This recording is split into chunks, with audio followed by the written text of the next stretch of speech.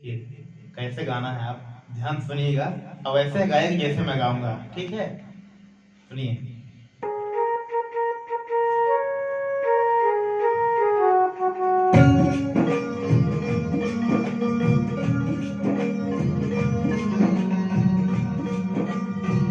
हरे हरे नीमिया में डालेली झूलुआ, ओढ़ लाले चुनरी ना।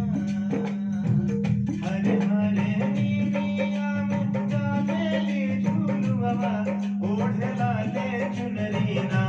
कोहरे से रहवा सवरिया, ओढ़ लाले चुनरी ना। ठीक, समझ में आ गया?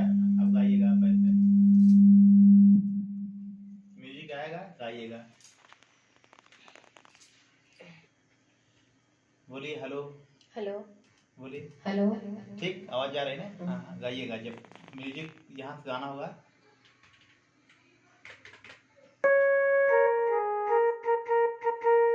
आराम से आवाज आप तेज मत गाइए।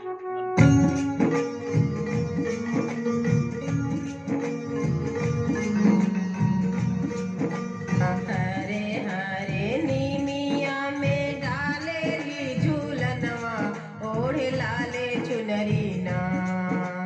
हरे हरे नीमिया में डालेली झूलनवा, ओढ़ लाले चुनरी ना। कारे सेरावे सवरिया, ओढ़ लाले चुनरी ना। ठीक, तो ऐसे ही आपके नाम परिचय बताइए, क्या नाम है? भाभी जी का नाम है, नाम बताइए। अंजलि मौर्य। अंजलि मौर्य जी हैं। अभी इनका फर्स्ट सॉन्ग है और पचरा गीत, और इनको बताया जा रहा है कैसे गाना है। इनका शौक है इस लाइन में आने का, तो हम कहे 2 लाइन इनको बता दिया जाए, तो प्रयास करिए। ऐसे भाभी जी आएगा। हरे हरे हरे निमिया में अरे डालेली झुलुआ, ओढ़े लाले चुनरी ना। गाइए से। हरे हरे नीमिया में डालेली झूलनवा, ओढ़ लाले चुनरी ना। कर तेराव सवरिया, ओढ़े लाले चुनरी ना। करे सेरावे सवरिया, ओढ़ लाले चुनरी ना। क्या बात है, ठीक है, प्रयास करते हैं।